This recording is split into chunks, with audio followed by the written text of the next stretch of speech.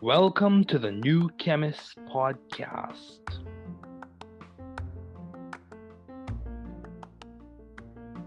Bienvenidos al podcast del nuevo químico. Καλώς ήρθατε στο podcast του New Chemist. Welkom bij de podcast van The New Chemist.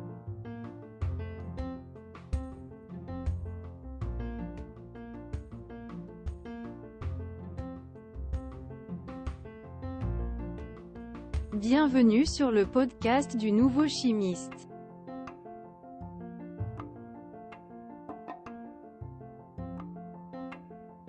Bem-vindo ao podcast do novo químico.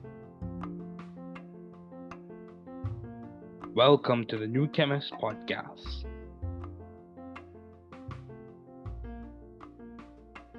Work hard. Be value-driven. You can do it. You can grow and learn it. You can be the difference you and your community needs. Don't give up. We are here, rooting and cheering for you. Don't give up.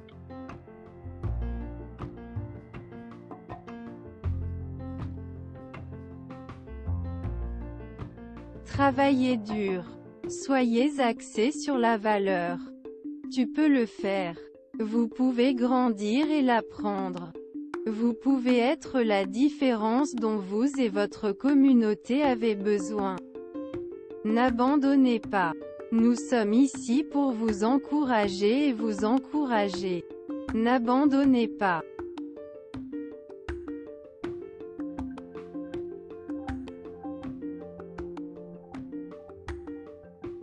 Trabalhar duro. Seja orientado por valores. Você consegue. Você pode crescer e aprender. Você pode ser a diferença que você e sua comunidade precisam. Não desista. Estamos aqui torcendo e torcendo por você. Não desista.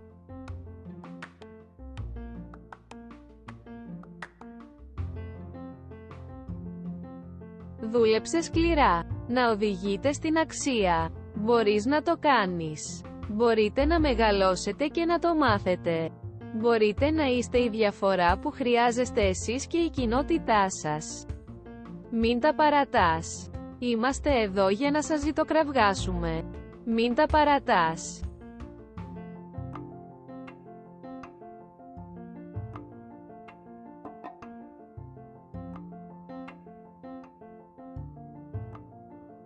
Trabaja duro. Sea impulsado por el valor. Puedes hacerlo. Puedes crecer y aprenderlo. Usted puede ser la diferencia que usted y su comunidad necesitan. No te rindas, estamos aquí animándote y animándote.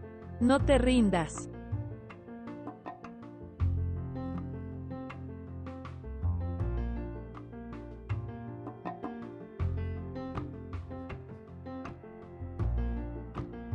Werk hard. Wees waardegedreven. Je kunt het. Je kunt groeien en leren. U kunt het verschil zijn dat u en uw gemeenschap nodig hebben. Geef niet op. We zijn hier om voor je te roten en te juichen. Geef niet op.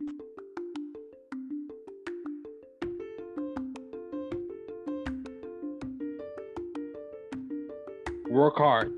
Be value-driven. You can do it. You can grow and learn it. You can be the difference you and your community needs. Don't give up. We are here rooting and cheering for you. Don't give up.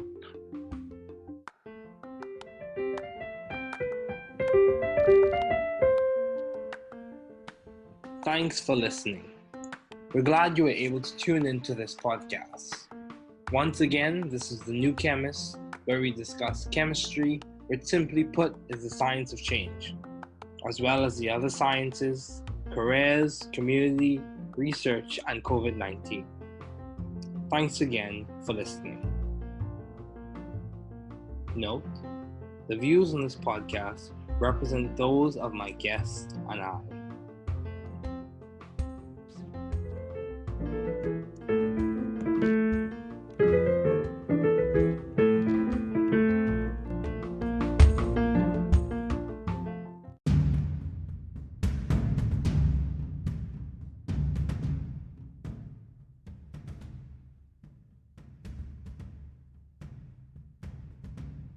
cholinergic agonist.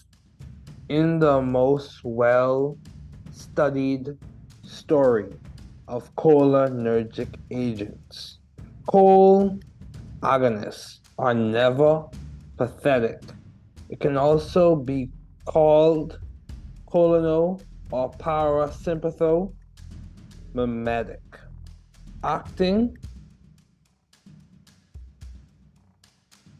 directly on the cholinergic receptor with agonist activity.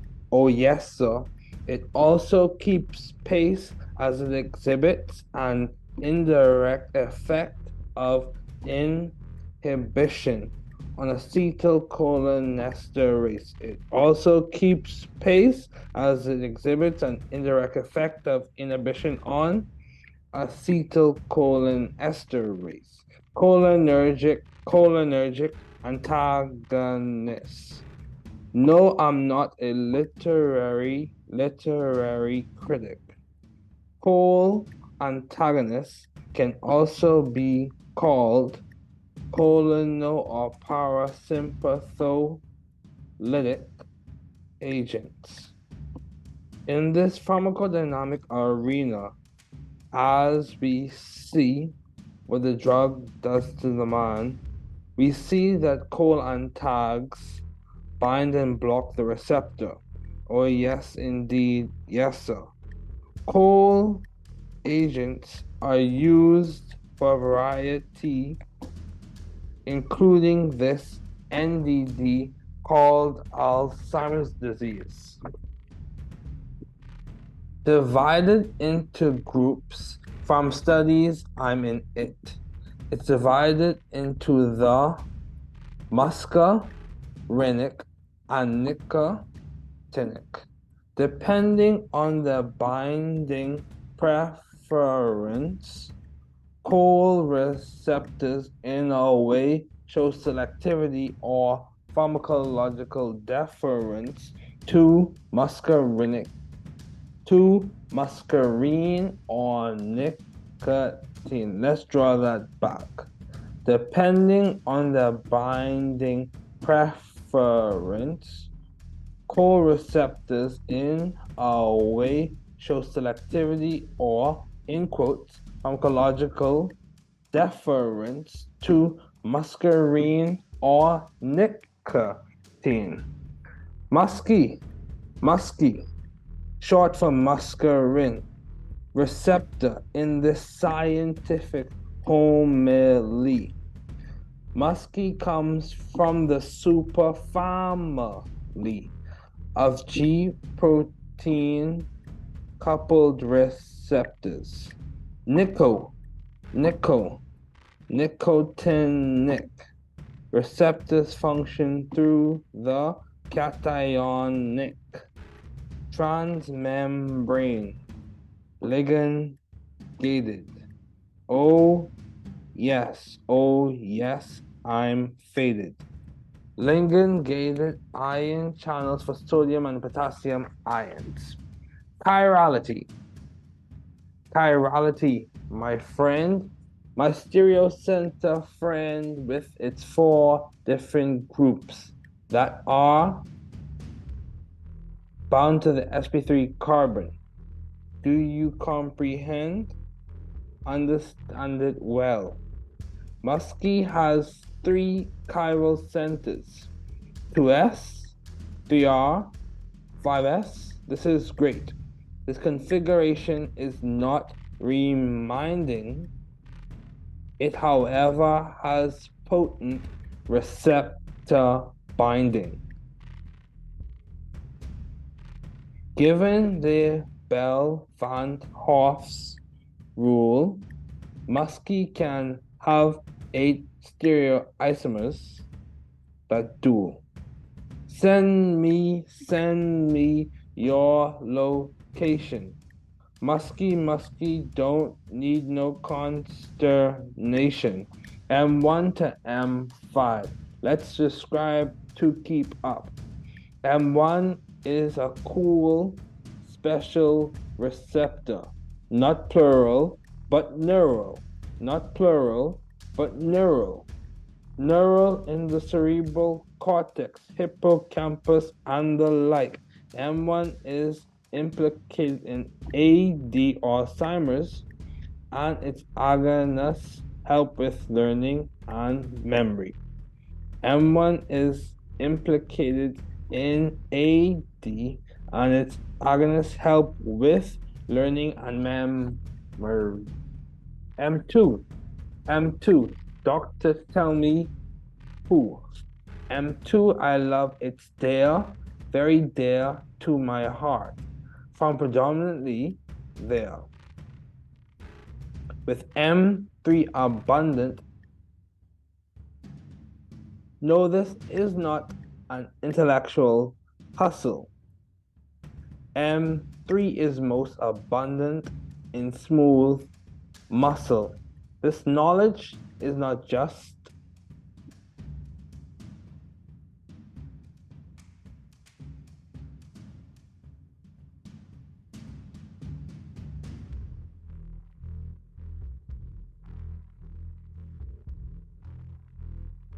This knowledge is not just intellectually sufficient, it can also help in overactive bladder treatment. M4 and M5. M4 and M5 most definitely are present in the CNS and periphery. Nicotinic receptor are present in the central PNS and neuromuscular junction. Lyrical schemes add to the studying function. Acetylcholine. Biosynthesize, it's now on. It's made in the cholinergic neurons by acetyl group transfer from acetyl-CoA. Using choline acetyl transferase, actively transported into cytosolic storage vesicles in those presynaptic nerve endings. This is no time for pretending. You know or you don't, my friend, please be at peace.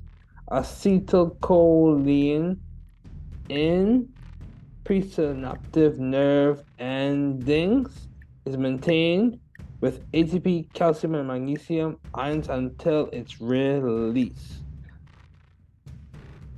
This is no time for pretending you know or you don't, my friend.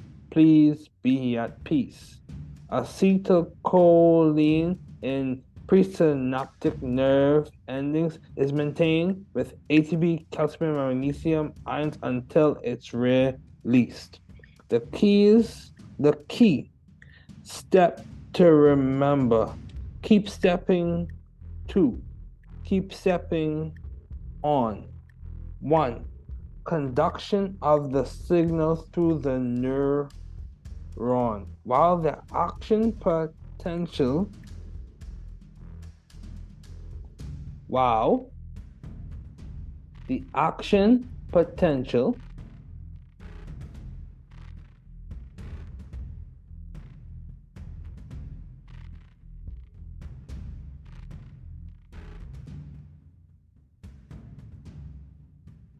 opens up the voltage-dependent calcium channel, resulting in the release of the star. That's a queen. Acetylcholine. Let's draw that back. The key steps to remember. Key steps, keep on. 1. Conduction of the signal through the neuron. While the action potential opened up the voltage-dependent calcium channel, resulting in the release of the star. That's queen acetylcholine. Upon release, acetylcholine binds the postsynaptic membrane. B, in the right space, since unbound acetylcholine is hydrolyzed by acetylcholinesterase. B, in the right space, since unbound acetylcholine is hydrolyzed by acetylcholinesterase.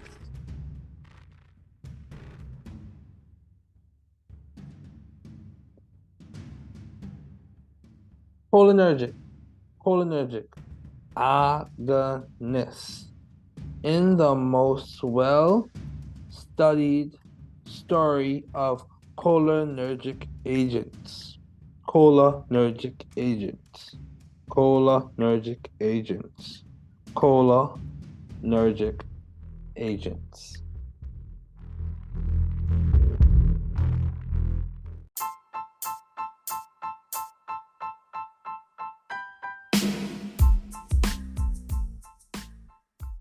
Grateful and humbled to be pursuing further studies as a pharmacist in training in the US. These episodes will be under the theme The Journey to Narcolepsy Success. These will cover, in summative form, key points that stand out to me as I embark on my journey as a pharmacy student and chart a course in Narcolepsy Success. Note the purpose of these episodes. These are not at all for advice or medical suggestions, but to provide support for pair pharmacists in training in educational and intellectually stimulating ways. These are not at all for medical advice or for medical suggestions. Please see your local state and board certified physician, PA, or NP, and pharmacist for medical advice and suggestions. The new chemist becomes a pharmacist in training, the journey to NARPLEX success. So the NARPLEX, the North American Pharmacist Licensure Examination, is a standard examination created by the National Association of Boards of Pharmacy, NABP, to help individual state boards of pharmacy assess an individual's competency and knowledge so that they may be given a license to practice. Some big abbreviations you want to keep in mind: USP, United States Pharmacopoeia 34, and Natural Formulary NF 29. So this would be episode 2A.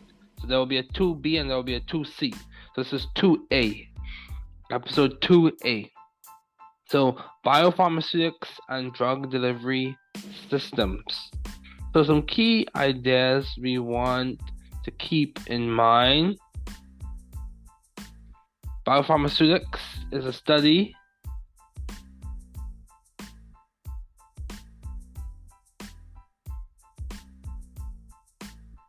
of the relation of the physical and chemical properties of a drug to its bioavailability, pharmacokinetics, and pharmacodynamics and toxicological effects.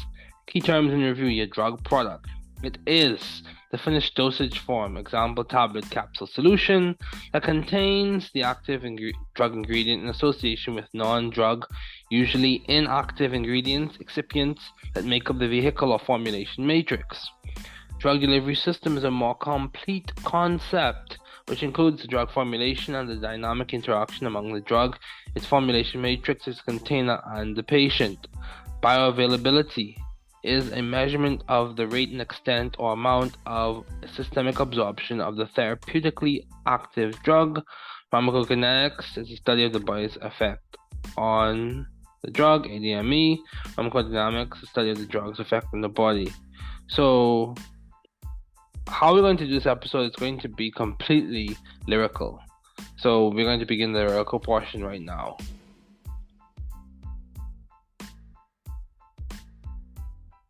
Biopharmaceutics and drug delivery systems. Biopharmaceutics is like a Rubik's Cube, with your 4 ideas making you drool. Bioavailability is a measurement of the rate and extent or amount of systemic absorption. Please take the right portion. The systemic absorption of the therapeutically active drug. Yeah. Biopharmaceutics includes pharmacokinetics. Your A, your D, your M, your E. The effect of the body on the drug with that A absorption, D distribution, M metabolism, and excretion. Biopharmaceutics includes pharmacodynamics with the effects of the drug on the man. We are looking at the relation between drug concentration at the site of the action, its response, which is the main caption. Woo! Then we also consider in biopharmaceutics the toxicologic effects. Lest I forget, the drug product in its formulation matrix or vehicle with the active ingredient and excipients. Lest I forget, the drug delivery with the dynamic menagerie of interactions among the drug, its formulation matrix, its container, and the patient. Continuing on with the spiel, let's drive the drug transport and absorption wheel. Across the cell membrane, the drug molecules enter the bloodstream and are transported to the tissues and organs. Let's look at some key processes in absorption. Transcellular passive, diffusion and partitioning, paracellular transport, diffusion and convection.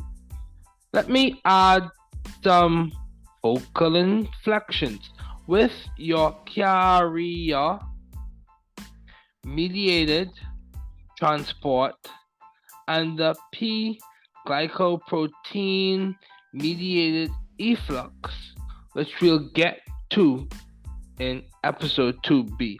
These general principles are important, you see. These general principles are important to know. These general principles are important so assimilable. Compose P, passive diffusion. In thugs, they traverse the cell membrane easily than your ionic soluble drugs. We cannot forget the LMWs, the low molecular weight, used just like the chemical thugs across a cell membrane more easily than the high molecular weight drugs. Let's keep it going. Do you hear what I say? We will progress in pharmacy. HU, you know. Passive diffusion and partitioning within the cytoplasm, or the fluid that's interstitial. Your drugs under transport. This is not pontifical, it's simple. The simple diffusion with a great fixed law. Simple passive diffusion involves the transfer of drugs from an area of high concentration C1 to an area of low concentration C2. According to Fick's law, dq over dt equals ideally dA over H in brackets C1 minus C2, where dq over dt is the rate of drug diffusion, you see. D is the diffusion coefficient for the drug. A is the surface area of the plane across which transfer occurs. Remember your chemistry thugs. H is the thickness of the region through which diffusion occurs, and C, 1 minus C, 2, is the difference between the drug concentration in area 1 and area 2 respectively. So with the passive drug transport, welcome to my conceptual court. It involves successive partitioning of a solute between aqueous and lipid phases, as well as diffusion within respective phases. Modifying. Fixed law, please. Let's applaud. I'm kidding, but we do this to accommodate partitioning of drug. dq over dt equals d times a times k over h in brackets C1 minus C2, where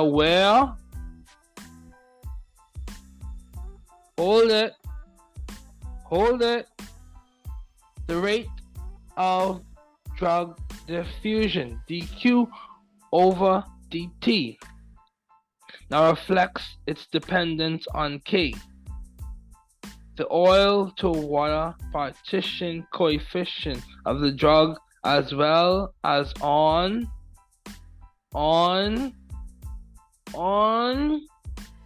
A, and in brackets C1 minus C2. Rum pa tum tum. Ionization of a weak electrolyte. You know, I always wanted to be an acolyte, a thurifer, a catechist, or a trumpeter, you see, but today we're talking about my good friend, not the trumpeter, but le chatelier, in the ionization. So ionization is affected by pH of the medium in which the drug is dissolved, as well as by the pKa. Remember, non-ionized are like the chemical thugs, more lipid soluble, the diffusive plug, if you will. They are more lipid soluble than the ionized, and it partitions more readily.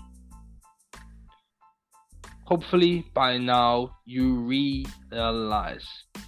Rumpa tum tum, let's have a drum roll.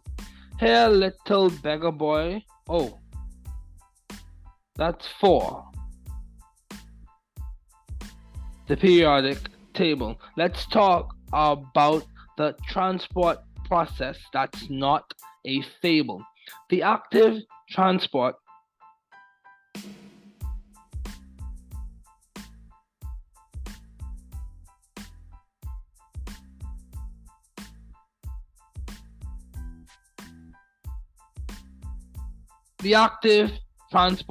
of the drug, with it moving across a concentration gradient requiring energy, selective potentially, saturation possibility, and competitive it can be. Yet we must look across the hall and see that facilitated diffusion is on the carrier mediated transport system walls. Facilitated diffusion occurs across a concentration gradient and does not require energy. Obrigada, e você? Como você está? Tudo bem? Tudo bem? Tudo. Wow, fala pequeño português.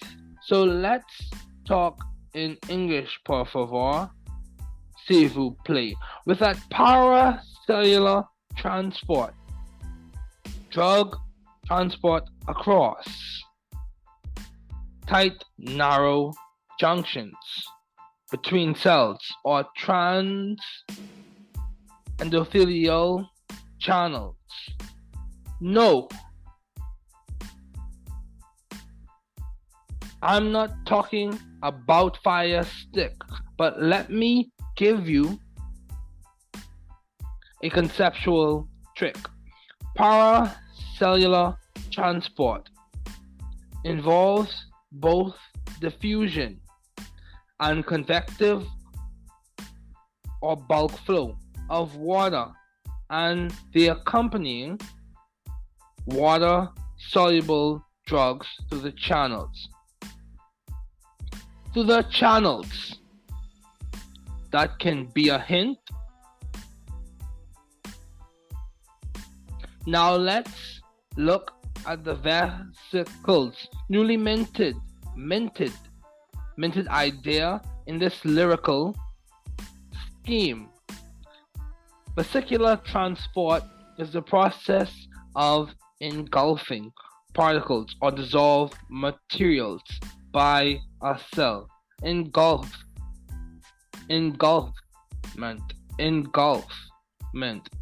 Pinot, we're drinking. Phago, we're eating.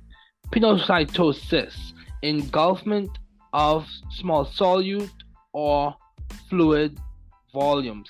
Phagocytosis is the engulfment of larger particles, your macromolecules, generally by macrophages. Endocytosis and exocytosis are the movement of macromolecules into and out of the cell. Biopharmaceutics and drug delivery systems.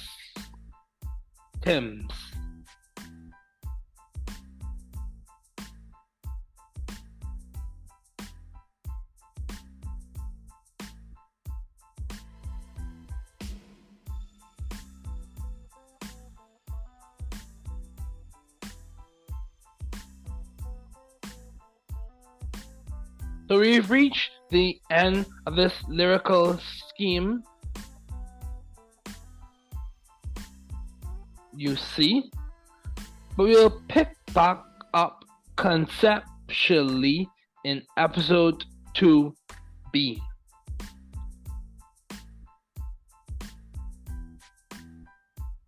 Okay, so grateful and humbled to be pursuing further studies as a pharmacist in the US. These episodes again will be under the theme, The Journey to NAPLEX Success. These will cover in summative form key points that stand out to me as I embark on my journey as a pharmacy student and chart a course to NAPLEX Success. Note, the purpose of these episodes not at all for advice or medical suggestions, but to provide support for peer pharmacists in training in educational and intellectually stimulating ways. Not at all for medical advice or medical suggestions. Please see your local state and board certified physician, PA or NP, and pharmacist for medical advice and suggestions. The newcomer becomes a pharmacist in training, the journey to NAPLEX Success. The North American Pharmacist Licensure Examination, NAPLEX, is a standard examination created by the National Association of Boards of Pharmacy, NABP, to help individual state boards of pharmacy assess an individual's competency and knowledge so that they may be given a license to practice. So this is an important exam. So big abbreviations we want to keep in mind as we conclude. USP 34, United States Pharmacopoeia 34, and NF Natural Formulary 29. So this is the end of the episode. Thanks for listening.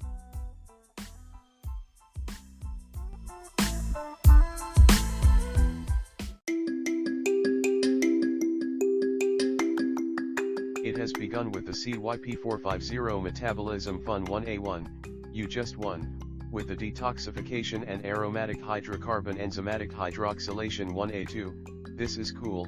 Detoxification is its mode again with the oxidation of arylamine, nitrosamine, and caffeine.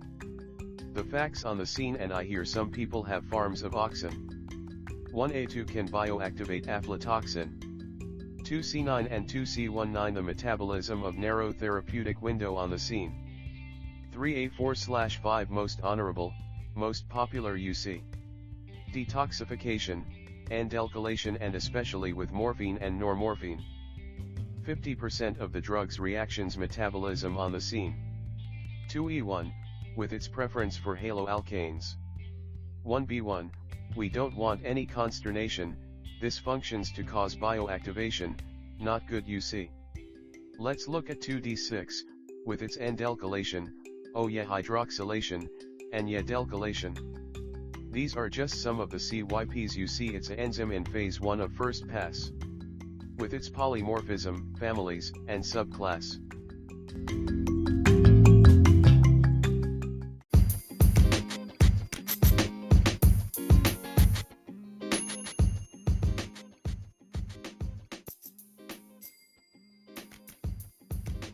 Okay, this is another addendum to the episodes entitled The Journey to Narcolepsy Success.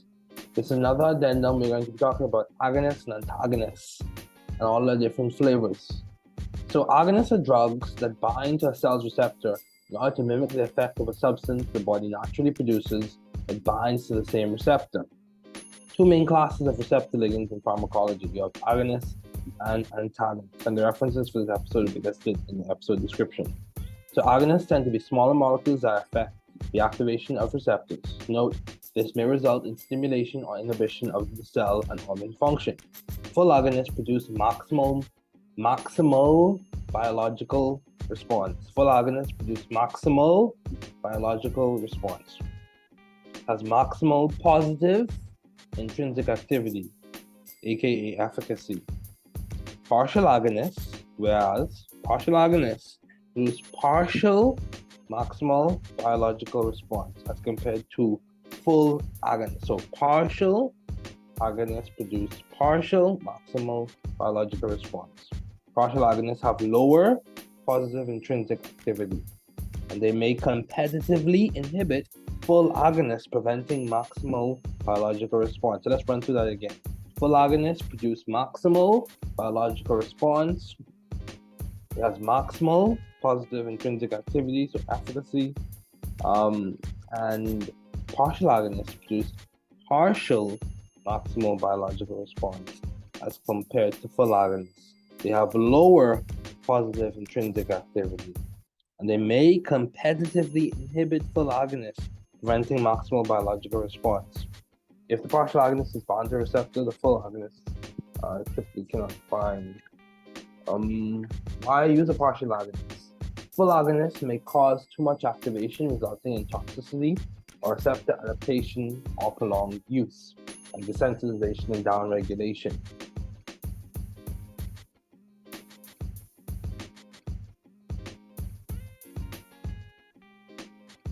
The lower efficacy of partial agonists minimizes these complications. Now you also have inverse agonists. These produce opposite biological response to that of the endogenous agonist. Has negative intrinsic activity. Okay. So let's talk about antagonists. Antagonists tend to be larger molecules producing inhibitory effect. An inhibitory effect. There are antagonists that act at the receptor, also known as receptor antagonists. So let's make sure we keep this thing in focus. So antagonists, by definition, have zero intrinsic activity. Antagonists, by definition, have zero intrinsic activity. Full agonists have intrinsic activity of 100%. Maximum biological response. Partial agonists have intrinsic activity greater than 0 but less than 100. And partial agonists can competitively inhibit a full agonist. You also have inverse agonists, so you have intrinsic activity less than 0. And then you also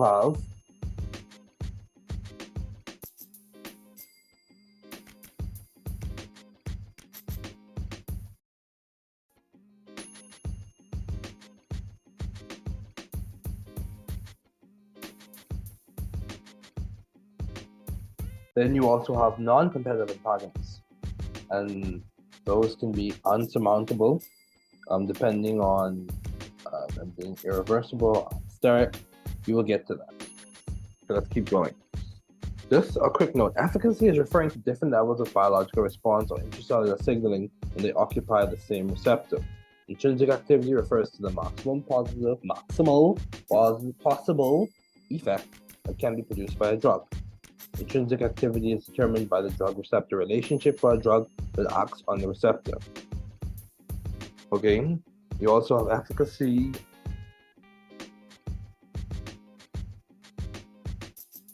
Efficacy, you also have affinity, which is the measure of the ability of the drug to bind to its molecular target. So the affinity is the measure of the ability of the drug to bind to its molecular target. The CYP450, which is a measure of the potency of the drug. So let's keep going. Antagonists. They tend to be larger molecules exhibiting inhibitory effects. There are antagonists that act at the receptor. These are known as receptor antagonists. Antagonists do not have intrinsic activity. They simply block the agonists from binding. So if we think about these things on a spectrum, we think about efficacy related to the endogenous ligand, you have your full inverse agonist at less than 0, a partial inverse agonist, still less than 0, you have your antagonist at 0, and you have your partial agonist, which is greater than 0 and less than 100. We're talking about intrinsic activity, and then you have your full agonist at 100%. Okay. Intrinsic activity, positive intrinsic activity. So competitive antagonists, reversible or surmountable, binds to a receptor at the same site as the endogenous or pharmacological agonist, blocking agonist binding and therefore receptor activation. So it binds to a receptor at the same site as an endogenous or pharmacological agonist, blocking agonist binding and therefore receptor activation. Okay, so if you were to look at the plot of an agonist versus agonist effect, when you include the competitive antagonist, it shifts to the right. These are ideal scenarios, of course. Okay, antagonism can be reversed by increasing the amount or dose of agonists. Thus, we have the surmountability. This is talking about competitive antagonists. So competitive antagonists do not affect agonist efficacy, they do decrease affinity and potency. So competitive antagonists do not affect agonist efficacy, they do decrease affinity and potency. Competitive antagonists have affinity or potency for the receptor, but not intrinsic activity. By definition, an antagonist does not have intrinsic activity. Receptors can interact with agonists or the competitive antagonists. Okay. And that is exclusive. Okay, non-competitive receptor antagonists. Non-competitive receptor antagonists.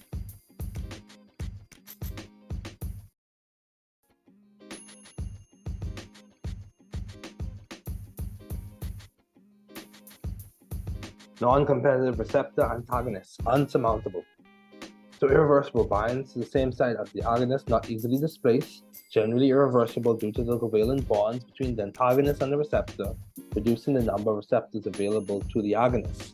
So just a quick aside, picture a graph of an agonist versus a biological response with your minimum toxic concentration referenced and noted, and your minimum effective concentration referenced and noted. So let's just think about that. Think about that.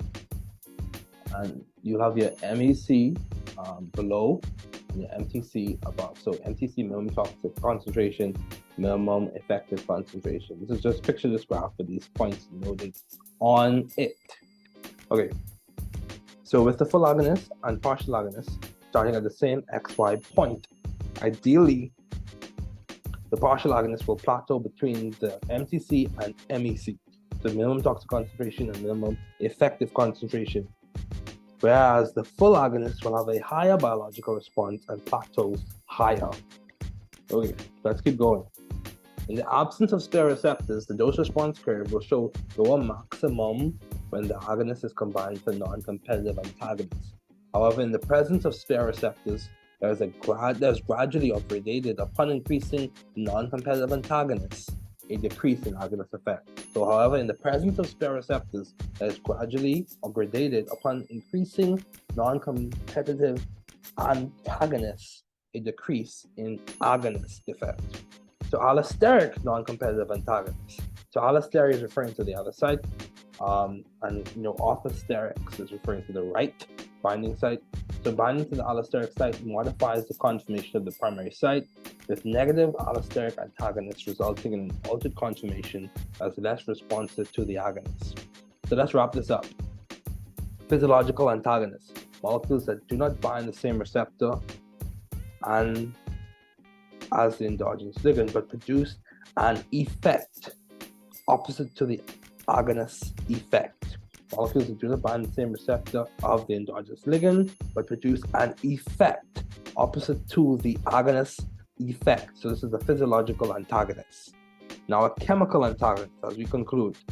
Drugs do not interact with agonist receptor, but rather reduce the concentration of the agonist by forming a chemical complex. Let's go through that again. Physiological antagonists, molecules that do not bind the same receptor of the endogenous ligand, but produce an effect.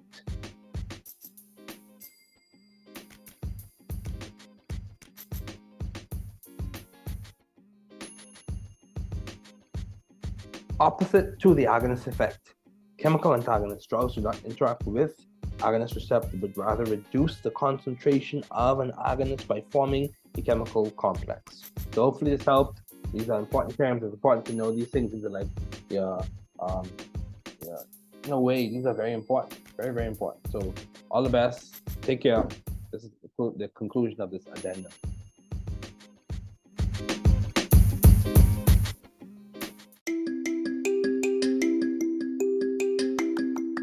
It has begun with the CYP450 metabolism Fun 1A1, you just won, with the detoxification and aromatic hydrocarbon enzymatic hydroxylation 1A2, this is cool. Detoxification is its mode again with the oxidation of arylamine, nitrosamine, and caffeine. The facts on the scene, and I hear some people have farms of oxen. 1A2 can bioactivate aflatoxin. 2C9 and 2C19 the metabolism of narrow therapeutic window on the scene. 3A4/5 most honorable, most popular UC. Detoxification, andalkylation and especially with morphine and normorphine. 50% of the drug's reactions metabolism on the scene. 2E1, with its preference for haloalkanes. 1B1, we don't want any consternation, this functions to cause bioactivation, not good UC. Let's look at 2D6, with its andalkylation, hydroxylation, and dalkylation. These are just some of the CYPs you see. It's an enzyme in phase 1 of first pass. With its polymorphism, families, and subclass.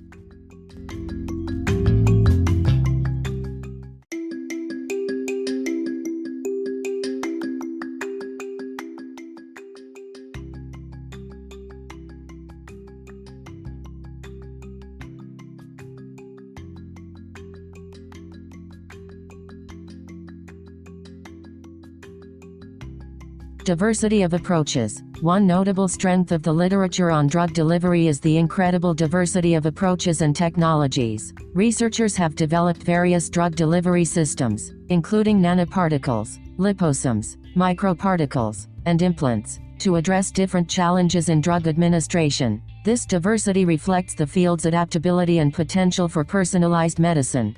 Targeted drug delivery. The literature emphasizes the importance of targeted drug delivery systems. Targeting specific cells or tissues while minimizing off-target effects is a central goal. Many studies highlight the potential of ligand-functionalized nanoparticles and antibody-drug conjugates for targeted therapy. However, challenges like receptor heterogeneity and limited access to some tissues still exist. Biocompatibility and safety. Ensuring the biocompatibility and safety of drug delivery systems is a major concern. Researchers have made progress in this area, but there is a need for more comprehensive studies on long-term safety, potential immunogenicity, and biodegradability, especially for nanocarriers and biomaterials. Controlled release systems. The development of controlled release drug delivery systems has garnered significant attention. These systems allow for prolonged drug release, reducing the need for frequent dosing and improving patient compliance. Nevertheless, challenges remain in achieving precise control over release kinetics and adapting these systems to different drugs. Nanotechnology and nanomedicine. Nanotechnology-based drug delivery systems have been a major focus of research. While they offer many advantages, such as enhanced drug solubility and bioavailability, challenges include potential toxicity, manufacturing scalability, and regulatory concerns that need further exploration. Personalized medicine. The concept of personalized medicine has gained momentum, with the literature emphasizing the importance of tailoring drug delivery to individual patient characteristics, including genetics and disease profiles. However, the practical implementation of personalized drug delivery remains a challenge, particularly in clinical settings. Emerging technologies. The literature highlights the exploration of emerging technologies like 3D printing, microscale and nanoscale systems, and artificial intelligence in drug delivery. These technologies hold promise but require further research and standardization. Clinical translation. Bridging the gap between laboratory research and clinical translation is a recurring theme. While many innovative drug delivery systems show promise in preclinical studies, the literature often acknowledges the challenges in achieving successful clinical outcomes, including regulatory hurdles and scalability issues. Interdisciplinary collaboration. Successful drug delivery research often involves interdisciplinary collaboration between scientists, engineers, pharmacologists, and clinicians. The literature acknowledges the importance of breaking down silos to advance the field and develop clinically relevant solutions.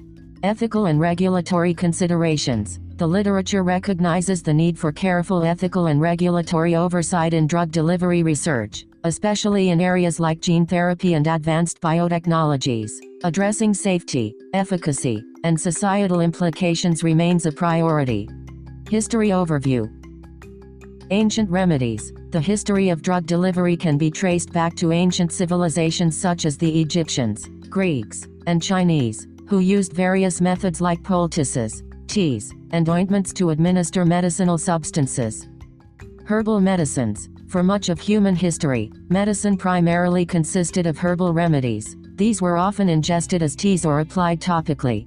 Pharmaceutical revolution. 19th century. The 19th century saw significant advancements in pharmaceuticals, including the development of standardized dosages and the use of early drug forms like pills and tinctures.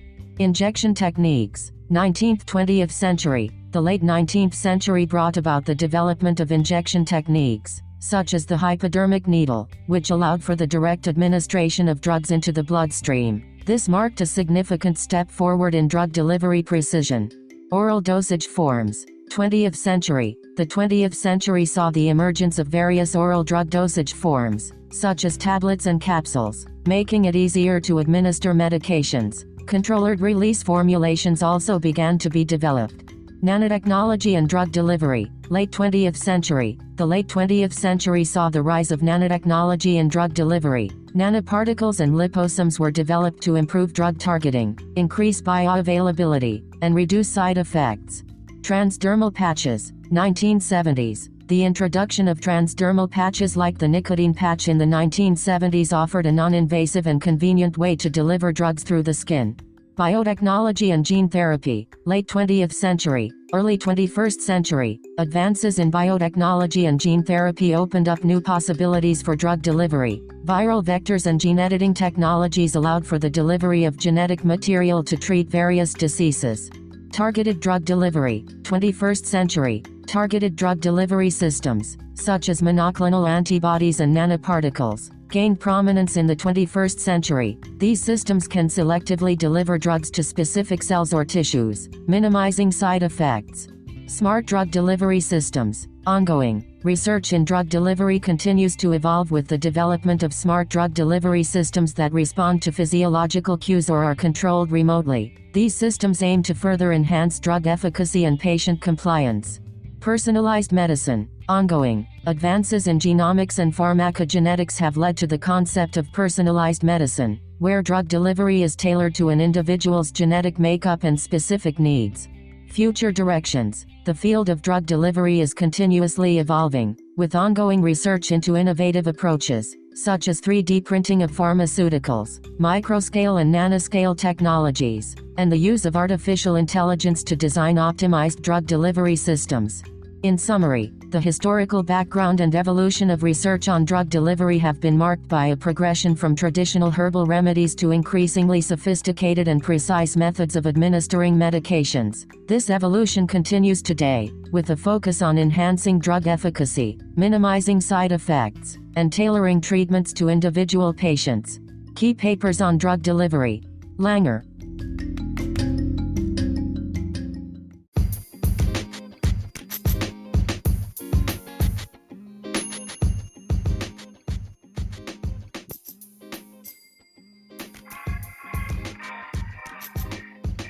GWC-AAO, GWC-AAO, GWC-AAO, GWC-AAO. Glutamate lactose alpha kg. CPS1 releases carbophosphate T. Let's pull out the phosphate using OTC. Latronamuria cyclosi. Citrulline, your boy, gonna miss me. Aspartate toxic carbonyl, you see. Hope I got that arginine T. To make arginine theta in your seed. Urea cycle. I hope back sometimes I won't.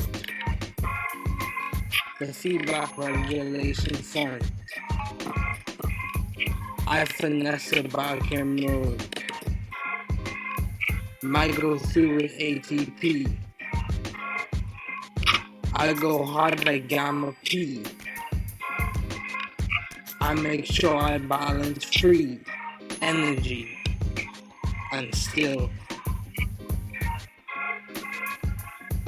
good things. There are a lot of good things to wrapping your seed and wrapping your seed.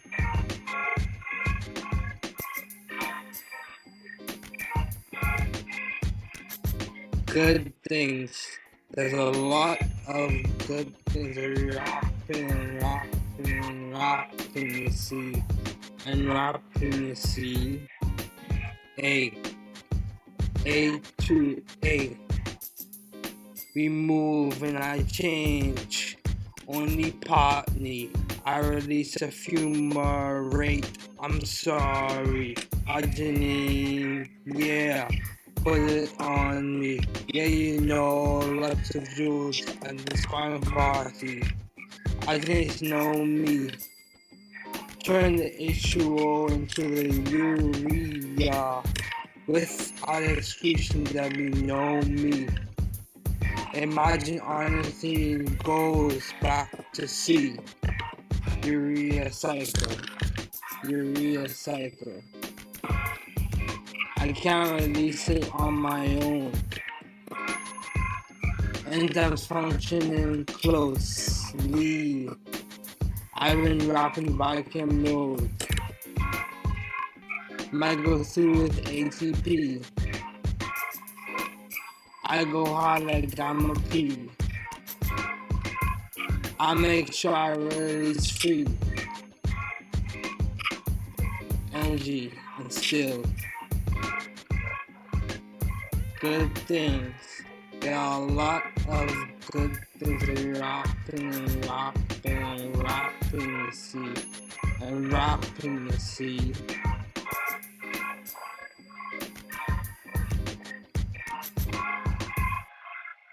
Good things. There are a lot of good things wrapping the seed and wrapping the seed. Yeah.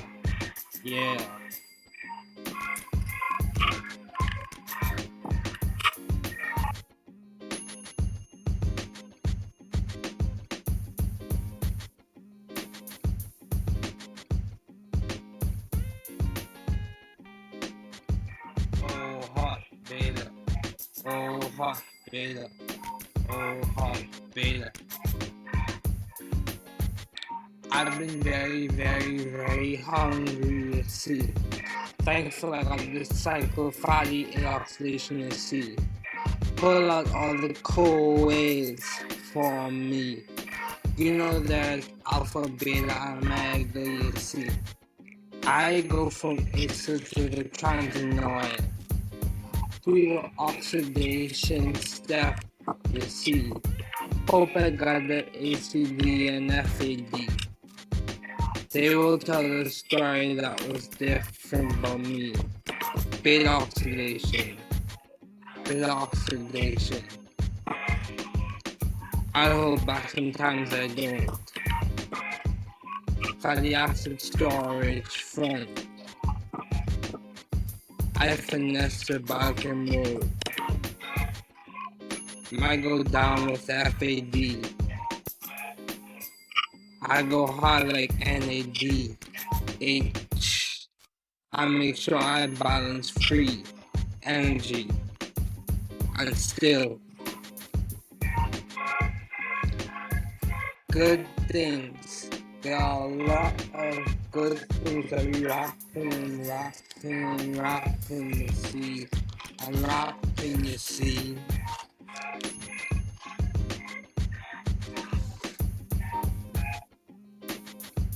Good things. There are a lot of good things that we wrapping the sea. And wrapping the sea. A. Alpha-beta hydroxyacetylase that only partly it goes to the beta-keto acyl. I'm sorry. Oxidative step only. All the jewels are crashing this bottom party. Yeah, you know me. Turn the NAD plus into the NADH. Yeah, without these cycles that we know me. Imagine dilates back to a fatty acyl. Shorten.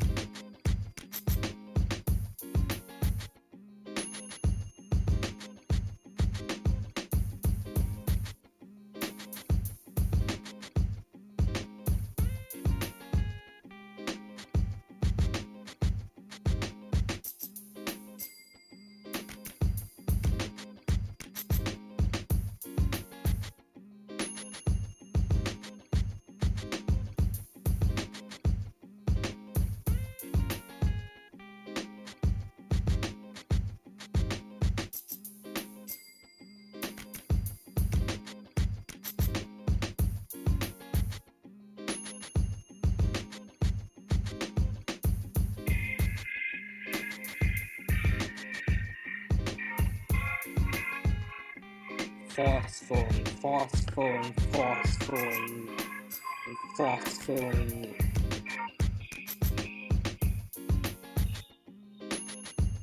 Glucose phosphorate comes with HKIC. G6P is formed using ATP.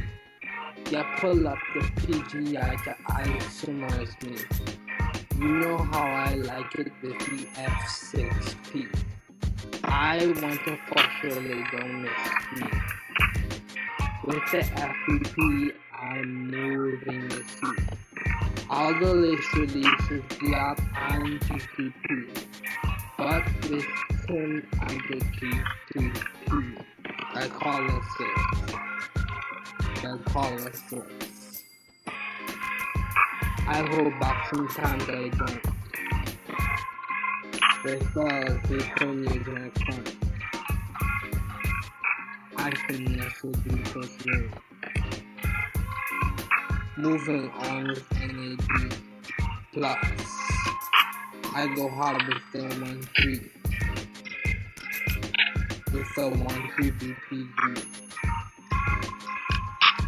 And still phosphorylate. There's a lot of things that I'm phosphoring, you see. And phosphoring, you see.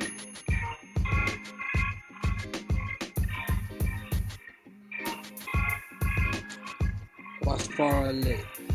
There's a lot of things that I'm phosphoring, you see. And phosphoring, you see.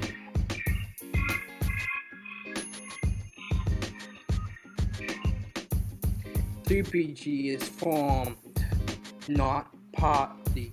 Only 3PG uses PG, and I'm sorry.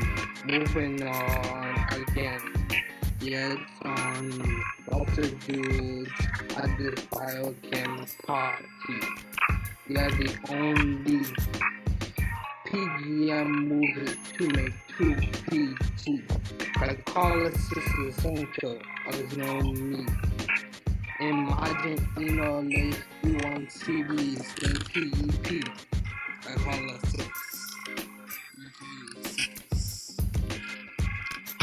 I can phospho on my own. I'm in the ATP zone. I'm wrapping this biochem mode. Beyond of fusing pyrite. From PEP to pyruvate C. I'm done with this pathway, you see. And still phosphorylate. There's a lot of things that I'm phosphorylating and phosphorylating, you see.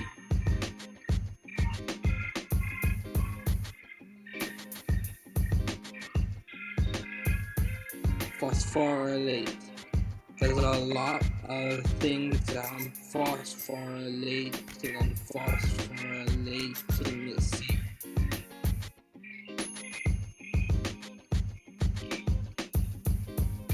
PO40 minus structure complete. Every mile pathway most common, you see. The other wrap is done. Finally. Now kiwi.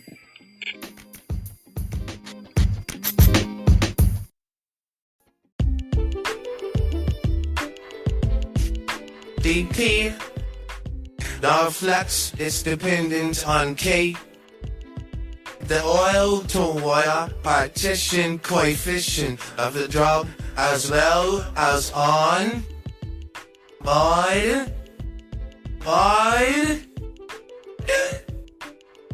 in brackets C1 minus C2. Rum patam tum. Ionization of a weak electrolyte. You know I always wanted to be an acolyte, a thurifer, a catechist, or a trumpeter, you see. But today we're talking about my good friend. Got the trumpeter, but let's shot to the air in the ionization. So ionization is affected by pH of the medium in which the drug is dissolved, as well as by the pKa. Remember, non-ionized are like the chemical thugs, more liquid, soluble, the diffusive thug, if you will. They are more liposoluble than the ionized and partitions more readily.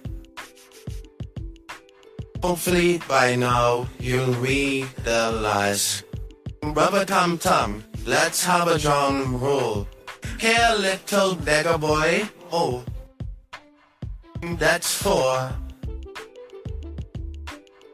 the periodic table. Let's talk about the transport process that's not a fable. The octane transport.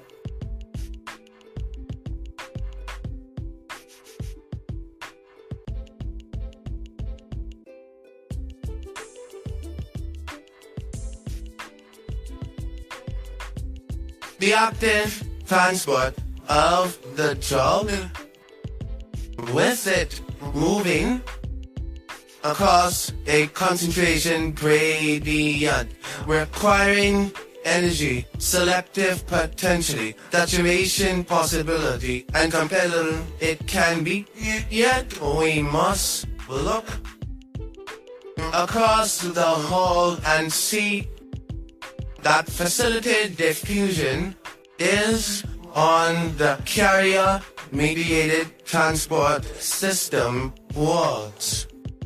Facilitated diffusion occurs across a concentration gradient and does not require energy. Obrigada e você, como você está? Tudo bem, tudo. Wow, fala pequeño português. So let's talk in English, por favor. S'il vous plaît. With that paracellular transport, drug transport across tight, narrow junctions between cells or trans-endothelial channels. No, I'm not talking about fire stick, but let me give you a conceptual trick. Paracellular transport involves both diffusion and convective or bulk fill of water and the accompanying water-soluble drugs to the channels. That can be a hint. Now let's look at the vesicles. Newly minted idea in this lyrical scheme. Vesicular transport is the process of engulfing particles or dissolved materials by a cell. Engulfment.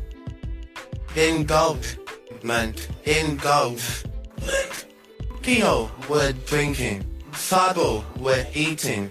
Pinocytosis, engulfment of small solute or fluid volumes. Phagocytosis is engulfment of larger particles, macromolecules, generally by macrophages. Endocytosis and exocytosis are the movement of macromolecules into and out of the cell.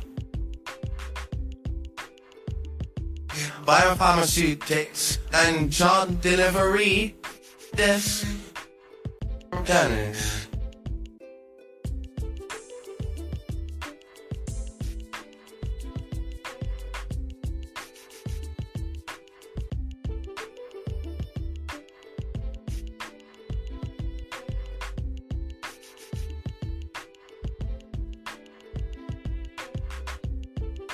So we've reached the end of this lyrical scheme.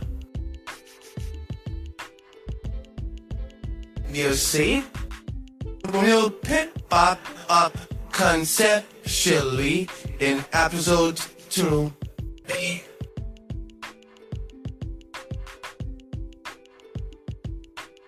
Okay, so big for number to be pursuing further study as a pharmacist in the US. These episodes again will be under the theme The Journey to Narcotic Success. These will cover in summative form key points that sounded to me as I embark on my journey as a pharmacy student on charted course to narcotic success. Note the purpose of these episodes, not at all for advice or medical suggestions, but to provide support for their pharmacists in training in educational and intellectually stimulating ways. Not all for medical advice or medical suggestions, please see a local state and board certified physician, PA or NP, and pharmacist for medical advice and suggestions. The newcomer becomes a pharmacist in training, visioning to NAPNET success. The North American Pharmacist Licensure Examination, NAPNEPS, is a standard examination created by the National Association of Boards of Pharmacy, NABP, to help individual state boards of pharmacy assess an individual's competency and knowledge so they may be given a license to practice. So this is an important exam. So be abbreviations you want to keep in mind as we conclude. UNSP 34, United States Pharmacopoeia 34, and NF Natural Formulary 29. So, this is the end of the episode. Thanks for listening.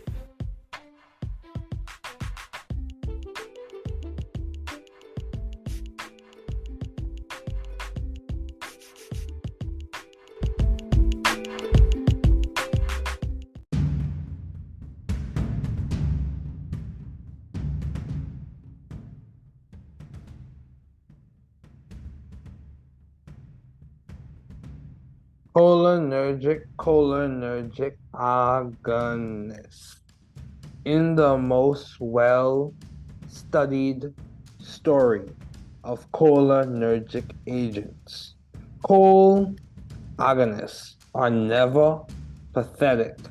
It can also be called cholino or parasympathomimetic, acting directly on the cholinergic receptor with agonist activity. Oh yes, sir. It also keeps pace as it exhibits an indirect effect of inhibition on acetylcholinesterase. It also keeps pace as it exhibits an indirect effect of inhibition on acetylcholinesterase. Cholinergic antagonists. No, I'm not a literary critic. Chol antagonists can also be called cholino or parasympatholytic agents. In this pharmacodynamic arena, as we see what the drug does to the man, we see that chol antags bind and block the receptor. Oh yes, indeed, yes sir. Chol agents are used for a variety, including this NDD called Alzheimer's disease. Divided into groups from studies, I'm in it. It's divided into the muscarinic and nicotinic. Depending on the binding preference, chol receptors in a way show selectivity or pharmacological deference to muscarine or nicotine. Let's draw that back. Depending on the binding preference, chol receptors in a way show selectivity or, in quotes, pharmacological deference to muscarine or nicotine. Musky, short for muscarine, receptor in this scientific homily. Musky comes from the superfamily of G protein coupled receptors. Nicotinic receptors function through the cationic transmembrane ligand gated. Oh yes, I'm faded. ligand-gated ion channels for sodium and potassium ions. Chirality. Chirality, my friend, my stereocenter friend with its 4 different groups that are bound to the sp3 carbon. Do you comprehend? Understand it well.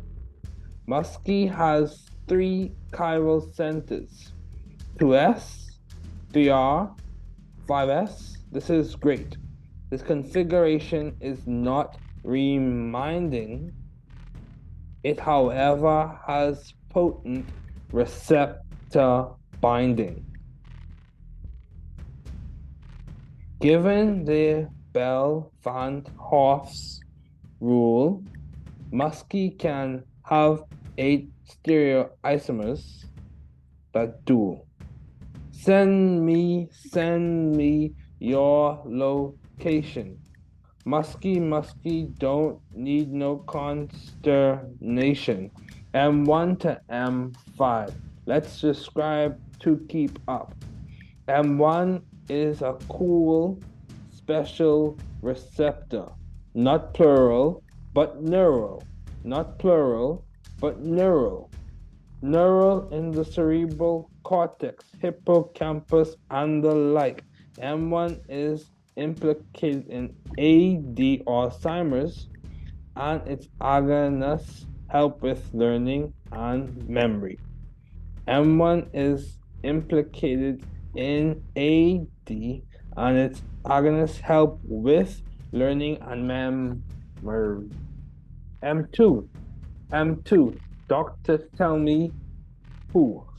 M2, I love, it's dear, very dear to my heart, from predominantly there. With M3 abundant, no, this is not an intellectual hustle. M3 is most abundant in smooth muscle. This knowledge is not just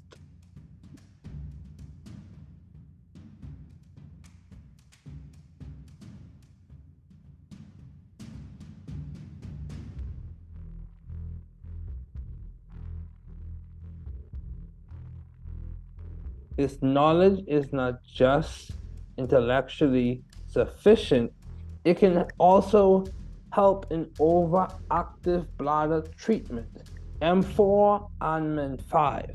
M4 and M5 most definitely are present in the CNS and periphery. Nicotinic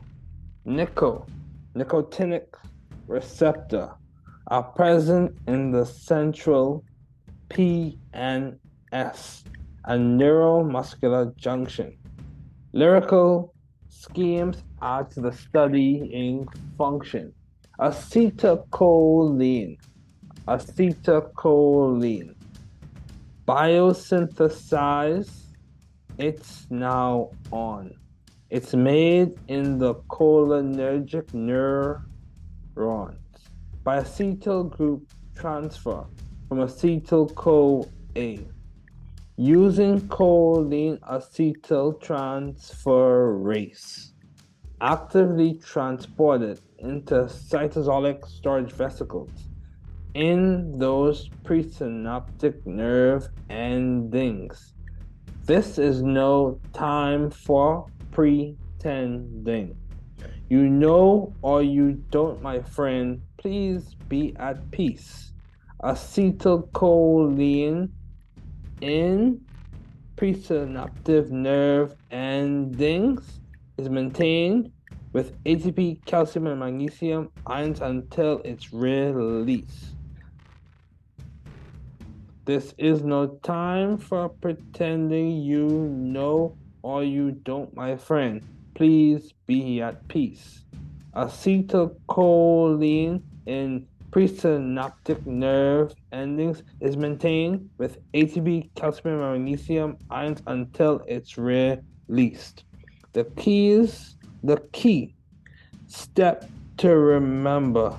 Keep stepping 2.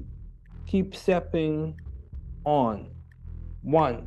Conduction of the signal through the neuron. While the action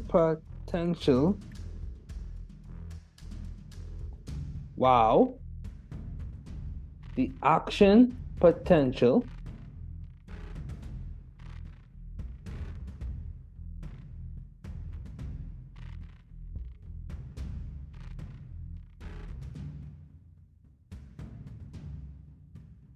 opens up the voltage-dependent calcium channel, resulting in the release of the star. That's a queen. Acetylcholine. Let's draw that back. The key steps to remember. Key steps, keep on. 1. Conduction of the signal through the neuron. While the action potential opened up the voltage-dependent calcium channel, resulting in the release of the star. That's queen acetylcholine. Upon release, acetylcholine binds a postsynaptic membrane. B.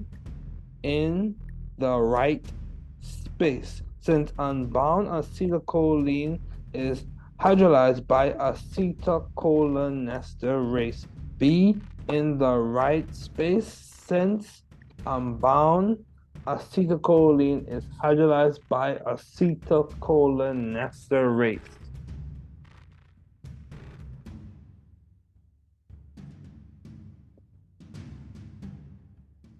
Cholinergic agonist.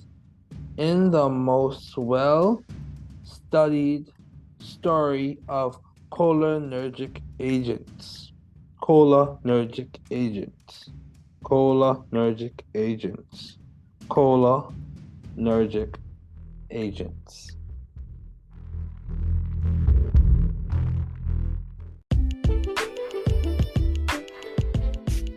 It has begun with the CYP450 Metabolism Fun 1A1, you just won, with the detoxification and aromatic hydrocarbon enzymatic hydroxylation 1A2, this is cool. Detoxification is its mode again with the oxidation of arylamine, nitrosamine, and caffeine. The facts on the scene, and I hear some people have farms of oxen. 1A2 can bioactivate aflatoxin. 2C9 and 2C19 the metabolism of narrow therapeutic window on the scene. 3A4/5 most honorable, most popular UC. Detoxification, andalkylation and especially with morphine and normorphine. 50% of the drug's reactions metabolism on the scene. 2E1, with its preference for haloalkanes. 1B1, we don't want any consternation, this functions to cause bioactivation, not good UC. Let's look at 2D6, with its andalkylation, oh yeah hydroxylation, and yeah dalkylation. These are just some of the CYPs you see. It's an enzyme in phase 1 of first pass. With its polymorphism, families, and subclass. An adaptation. No consternation. Once upon a time there was a professor who had to print his name Nemio Structurio and his brother Reactivio, Acidio and his brother Basiccio, Nucleophilicio and his brother Electrophilicio, Equilibrio, Stereochemical, Sterico and his brother Electronico, and Regio Selectivio. Each prince was more complementary than their brother. They all stayed in the mine town called Organico-Chemical. One evening when, during the mystical week known as finale, they all came together to compete at the Yelly Games. Nemio was notoriously a political person who voted for the PLPs, aka Principal Locantine Parenting Suffix. Principal Locantine Suffix. Structure competed in the dance competition, showing his routines in decadence and online form. Reactilio participated in the track competition, particularly in the race called the Kinetic 500. Acidio and Basiccio competed in the meditation competition. With nucleophilic steel stretching the fathers and electrical steel serving as the capture for the cheerleaders. Equilibrio participated in the annual Strategies fencing competition. Furthermore, spherical chemical participated in the art competition focusing on the 3D drawings. Chemical and electronical being first rivals compete in the rowing competition with spherical winning at points and electronical winning at points. The boat race is still ongoing. VGO selectivity competed in the map reading competition. These princes still compete today and the story continues. Hey, hey, hey.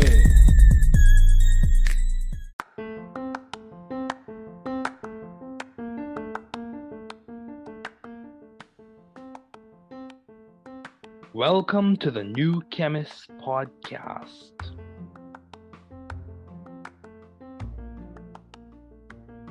Bienvenidos al podcast del nuevo químico. Καλώς ήρθατε στο podcast του New Chemist. Welkom bij de podcast van The New Chemist.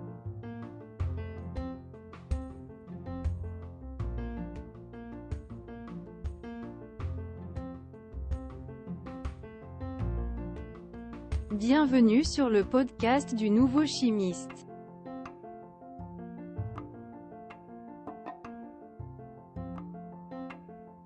Bem-vindo ao podcast do novo químico. Welcome to the New Chemist podcast.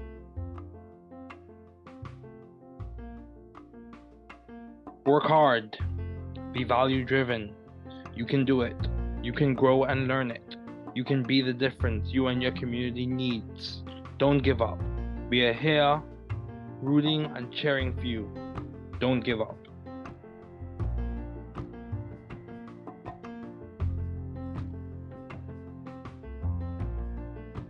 Travaillez dur. Soyez axés sur la valeur. Tu peux le faire. Vous pouvez grandir et l'apprendre. Vous pouvez être la différence dont vous et votre communauté avez besoin. N'abandonnez pas. Nous sommes ici pour vous encourager et vous encourager.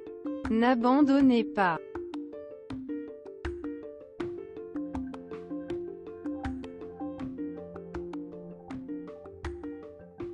Trabalhar duro. Seja orientado por valores. Você consegue. Você pode crescer e aprender. Você pode ser a diferença que você e sua comunidade precisam. Não desista. Estamos aqui torcendo e torcendo por você. Não desista.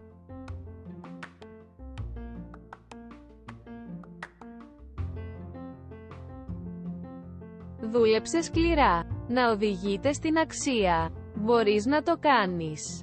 Μπορείτε να μεγαλώσετε και να το μάθετε. Μπορείτε να είστε η διαφορά που χρειάζεστε εσείς και η κοινότητά σας. Μην τα παρατάς. Είμαστε εδώ για να σας ζητοκραυγάσουμε. Μην τα παρατάς.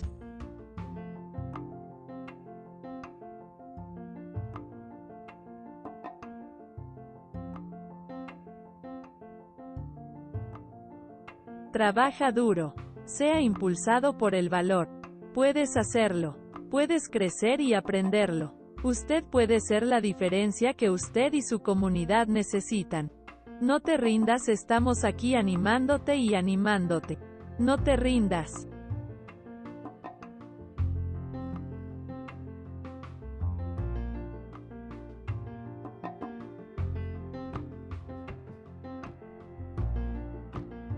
Werk hard.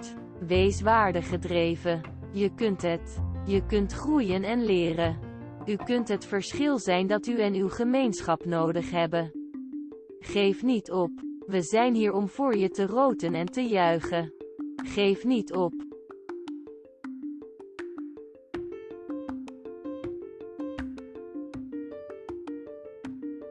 Work hard. Be value driven. You can do it. You can grow and learn it. You can be the difference you and your community needs. Don't give up. We are here rooting and cheering for you. Don't give up.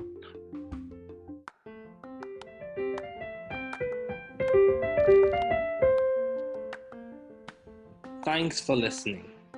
We're glad you were able to tune into this podcast. Once again, this is The New Chemist, where we discuss chemistry, which simply put is the science of change, as well as the other sciences, careers, community, research, and COVID-19. Thanks again for listening. Note, the views on this podcast represent those of my guest and I.